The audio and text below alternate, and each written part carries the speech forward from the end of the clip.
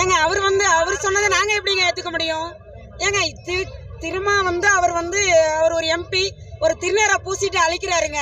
ஏங்க அவரை இந்துன்னு எப்படி நாங்க ஒத்துக்க முடியும்? ஒரு செல்ஃபி தானே எடுக்க. நீங்க எப்ப கொடுங்க, நான் பட்டை அடிச்சுக்கிறேன், நான் எங்க வேணாலும் நான் திருநீர் பூசிக்கிறேங்க, நான் இந்து தானேங்க, சொல்லுங்க.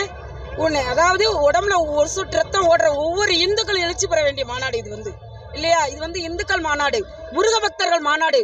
ஒவ்வொருத்தவங்க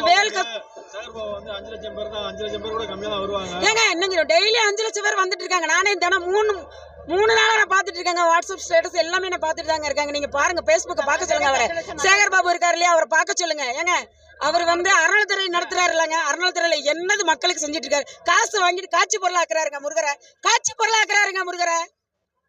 நாங்க அப்படியே பண்றோம். 6 படை முருகருக்கும் ஒவ்வொருத்தவங்க விரதம் இருந்து கொண்டு வந்திருக்காங்க. எங்க மாநில தலைவர்ல இருந்து இந்து முன்னணியில இருந்து அனைவருமே விரதம் இருந்து வேலை கொடுத்து அந்த வேலைக்காக அவ்வளவு மக்களுக்கும் இங்க மாநாட்டுல வந்த எந்த மக்களுக்கும் ஒரு குறையும் வராதுங்க. நான் சொல்றேன், அவங்களுக்கு ஒரு சேதாரம் ஒரு இது வராது. எல்லாருமே பக்தி பரவசத்தோட தான் வந்திருக்கோங்க.